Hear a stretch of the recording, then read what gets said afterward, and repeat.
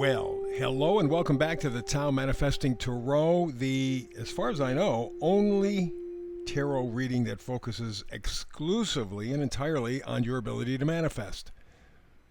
You know, when you stop and think about it, even if you don't stop and think about it, manifesting is probably one of the most powerful things we have in our lives. Because even attempting to manifest, you get yourself into a frequency range, I'll call it, where you can begin to positively or negatively impact your health and well-being. Life is all about frequency. We are literally a chemical fire. All kinds of chemical reactions going on all the time, and those reactions are a combining of different elemental frequencies. You can call them the atomic numbers from chemistry, but the fact of the matter is everything operates in its own little frequency range. And if you can get into the idea of manifesting and doing it with strength, with positivity, with enthusiasm, you literally begin to impact your health and wellness for good or bad. Doesn't make any difference. Well, it does, I guess, ultimately to you now that I'm thinking about it, and to me when I'm doing it. But anyway, you get the idea, right? Okay, so the idea is that our thoughts create a frequency, or frequency affects our body. You know, one of the ways that we can change that in a positive direction is to manifest. It is a critical factor. We have it from birth. We're not really encouraged to manifest. I know we talk about it. A lot of lip service, a lot of yada, yada, yada. The fact of the matter is they don't tell you how to do it. They don't encourage it. In fact, John D. Rockefeller, the man who, among other things, shaped our school system. We have a school system the way we do today because of John D. Rockefeller, who around 1900 said, "I want a nation full of workers, not thinkers." That's powerful. That's what he has. A bunch of robots. That's what he's got. A bunch of robots, people who don't think for themselves. They only repeat the same crap, never even thinking about it, never double checking it, never investigating. It's one of the things that I see really missing in society, and that's curiosity. I had a conversation back a little while ago with somebody about intelligence, trying to define intelligence, because there are a lot of jerks out there now who, oh, they got a PhD. What the hell does that mean? It just means that you've learned to memorize a certain way, repeat back to them what they want to hear. I know a lot of PhDs who couldn't find their ass with both hands. They're not smart enough. They haven't learned to think. Very difficult. So, when it comes to that, we were defining intelligence. What really is the basis of intelligence?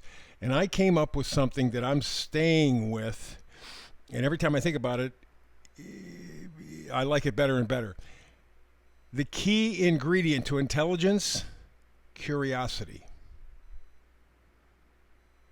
Most people are not curious. They are, oh, look at the pictures on the screen. Oh, look at this. I could buy this. Oh, look, I could do this. Oh, look. And then they throw all kinds of terrible stuff, wars and famines and pandemics and, people crossing over the border illegally. And they just keep throwing stuff at you to the point where you can't sort it all out.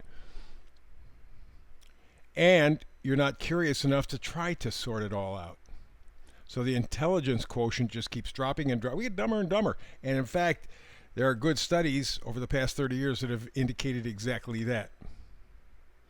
So what you want to do with manifesting is enhance your ability to think for yourself, to imagine for yourself, to create the pictures in your mind, not on a screen, in your mind. That's where the power comes from, and that's what we work on. That's my job, to inspire you. I do a brand new read every day, 365, holidays, whatever, doesn't make any difference. Every day I'm here for you. I give you the energy signature. It either works for you or it doesn't. If it doesn't, that's okay. Tomorrow's another day. We got 8 billion people on the planet. The chances of anybody doing tarot or astrology or anything else and matching exactly what the 8 billion people are like is ridiculously small. So I put out the energy from the reading. You decide if it applies. If it does, run like hell. Go for it. If it doesn't, okay, there's tomorrow. But my job with every reading every day is not my ego, it is your well being. I want to inspire you. So let's get to the middle card. It's the Oracle card, and today it says orphaned. Wow. If you have a chance to look at that card, I'm telling you, desolation is the word that comes to mind. I mean, whew. Looks like a pretty empty scene. The gal on top of this rock formation. Boy, despondent, alone. Yeah, orphaned. Very tough thing. My mom was orphaned, and I know now as an adult, as I look back, she was very damaged goods. Not her fault. Orphaned. Plus, escaping Poland just before the outbreak of World War II. 2 weeks before Hitler invaded Poland. 2 weeks. Then as a 12-year-old coming to a new country, being made fun of because she doesn't know how to speak. I mean, I get it. So the idea of being orphaned almost means that you lose your base, your emotional base. And that's what we're talking about here. Alone again. That's how you're feeling. This time in relation to the rest of the world. I don't know of anybody who feels truly that they fit in this world today. And most of us feel orphaned, alone again. And that's a very disturbing idea, very disturbing realization, and it creates in people panic, and then they lock down. I believe that's why so many people don't want to hear the truth, because it reminds them they don't fit. It reminds them that they're alone again, all by themselves. It reminds them that they're orphaned. I don't belong with anybody else here. I don't fit with anybody else here. And that has come down so quickly within the past few years. Although, if you've been conscious, if you've been observant, you've seen it happening now for several decades. Clear as a bell. And the first indications were in the 1980s with Clinton Group, when they decided to make the full shift to the corporate world. Corporations were number one on their hit list, not citizens. And it just built and built and built and built and built from there. So many people are feeling orphaned these days. The number up, by the way, in the right corner is 5. Change. And at this point, it's not change for good. You are feeling orphaned. But the power of the 5 can be reversed. Change can also start to work in your favor. But right now, there's uncertainty, there's disturbance, and people are still adjusting. So let's go all the way to the left, the first card, Page of Swords. Pages always change the storyline. It's like a novel. You think you're going in one direction, you know who committed the murder, and you're ready to, and then something new comes in, you go, oh, wait. I didn't even think of that option. Holy moly, this changes everything. That's what the Page of Swords is doing. Changing the way you're thinking about things. Bringing in some new ideas, some new information, things that you did not know before. And that information changes everything. Everything. What it does is light a fire. Fire of hope. A fire of positivity. Maybe even a fire of gratitude. That is the Ace of Wands. Ace of Wands talks about creativity, strength, beginnings, inspiration, courage, enthusiasm. I mean, it's all good. And it comes from the gift from the Page of Swords. Here you were reading this mystery, this drama novel, and you were thinking, man, I got this thing figured out, and all of a sudden this little extra piece of information. It may not even be a big deal, but it's a big deal in how it resonates with you. And all of a sudden, that little extra piece of information has you going in an entirely different direction.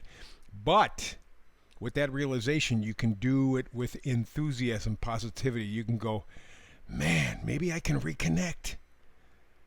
with myself first and then with other people. Maybe, maybe, maybe, maybe, maybe. And that's what the Two of Wands is all about. He's sitting there looking into a globe of some sort. I imagine that would be kind of manifesting, huh? Sure. And the Two always says that you got to make a decision. And the Two of Wands talks about your personal power, the ability to plan, to have strength, originality, support. You are no longer alone. And the reason you're not alone is because you are reconnected to yourself. And the minute you make that reconnection, you're not orphaned anymore. Wow. Again, don't look for a big thing. It may be a very small thing, but its impact on you will be overwhelming to the point where we get to the Six of Pentacles. Pentacles are what we value. And in the world today, we value all the wrong things. And you see what the world is like. Six of Pentacles talks about generosity. Talks about charity. Talks about abundance. It talks about valuing yourself, your worth. You're feeling orphaned because you have no emotional connection. You have no emotional stability. You have nothing to center you. Six of Pentacles says, yes, you will.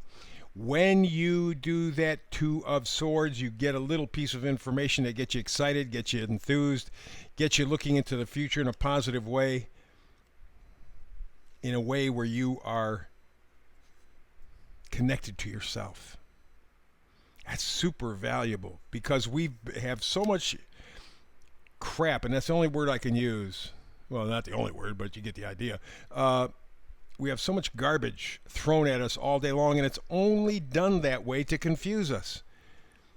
You throw so many things at people, the brain just can't keep up, and eventually you just surrender. Well, when you surrender, you're orphaned, but you did it to yourself. Got the meme for today. It's from Elon Musk. He says there is a real weakness in wanting to be liked. I don't have that weakness. That means if a true connection, Elon Musk never feels orphaned. Having somebody else, depending on somebody else to keep you encouraged, to keep you positive, to keep you feeling good about yourself, to need somebody or some bodies to validate you is asinine. And yet, that's where most of humanity is centered. That's why we're orphaned. We're orphaned from ourselves. There is a real weakness in wanting to be liked. You do not need anybody else to validate your worth. Doesn't mean you have to be an asshole and that you're a 10 out of 10. No. You're a 4. You're a 5 at best. But you're okay with that. You're all right with that. That's a starting point. And I'm valuable as a 5. I am not going to orphan myself. There's a real weakness in wanting to be liked. You don't have to be alone again. Your choice.